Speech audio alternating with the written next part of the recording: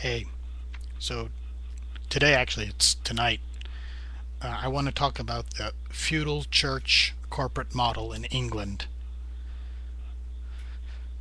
So, when, where, and how does this begin? I think a good place to start is in 669 AD under the leadership of Theodore of Tarsus. So, you can hit up Wikipedia and check out Theodore of Tarsus. He's kind of an interesting guy.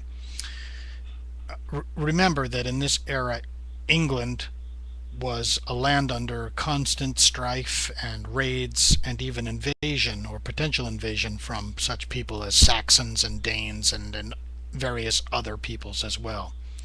Not to mention that about 400 years later, the Normans came and completely took over the entire country. So this Theodore created a number of bishoprics instead of the prevailing roving missionary system basically espoused by the Celtic Church at the time. So all the bishops were subject to rules located in Canterbury, which I noted in a prior video. So suffice to say that these guys, these bishops, were not independent from the central authority located in Canterbury. So this parish system grew over time and began to basically predate upon the soil, first in one township and then another. The parish priests were living in the township's established strongholds, and these strongholds that they had established were often made of stone or of reinforced wood. So a good place to hold up if there were some local trouble or whatnot. These bishops, or if you prefer, this leadership caste, were not monks. And they are, for a large part, many of them were actually quite secular. And they encouraged growth in this secular-based clergy. Growth meaning the spreading of this system. So if there was a new township, they would pick a new priest and send the priest to the new township. So this established a system of top-down control from central bureaucracy in Canterbury down through the ranks of the local priest in each township. A second important part of this growing system was the thane. Now you could translate thane as a local lord. So if you remember from a previous video, these are the guys who were granted land title in exchange for protection from the king in the case of trouble, for example, in exchange for an oath of loyalty to the king. So at first, the priest and the lord worked as partners to establish law and order in a wilderness that was basically 7th century England. And the priest serving under this bishop and also the lord served under the king. So they basically had a kind of a separate system, right? The priest is getting his rules from his bishop and the lord is getting his rules from the king. And at that point, there actually were more than one king. So these two guys, mostly men, they would hold court where they would issue judgment upon local people. For example, such as who paid whom in the case of a missing cow or a failed agreement to pay for a good or service, for example. If a contract had been broken, man wasn't up for his word. And these guys, this bishop, this local priest, and this local lord, this thane, would sit and issue judgments. So in addition, the church maintained a regular religious service where, guidance and entertainment and various other services were offered to the local people.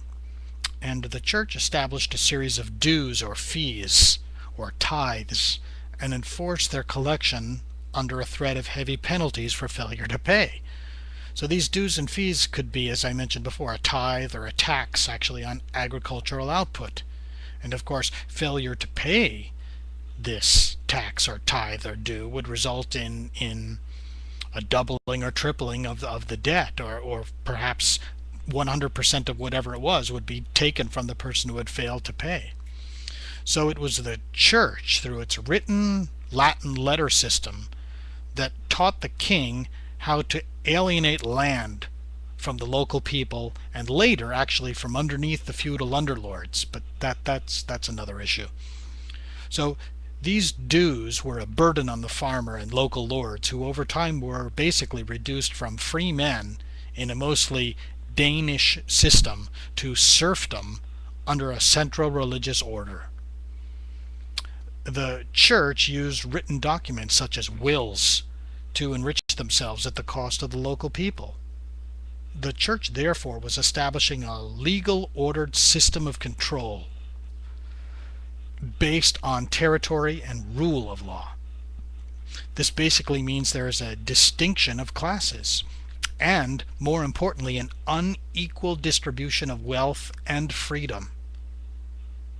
So richly endowed churches basically mean subjected peasants. It's as simple as that. Rules and fees are enforced in court and under influence of religious law, under which everyone from serf to king fell under. Perhaps I should clarify that. So the rules and the fees were enforced in the court by either the thane or the bishop or a combination of the two. And this religious influence held a lot of power and authority and control over basically everyone living in the kingdom. Everyone from the serf to the king was basically afraid of what would happen to them if they didn't follow the religious rules, because who knows, maybe they'll burn in hell, for example, right? So what we see is the birth of a corporate entity subject to nobody save the established rules of the church, in this case the church, and existing far longer than the lifespan of the average person. So no wonder people fell underfoot of the system.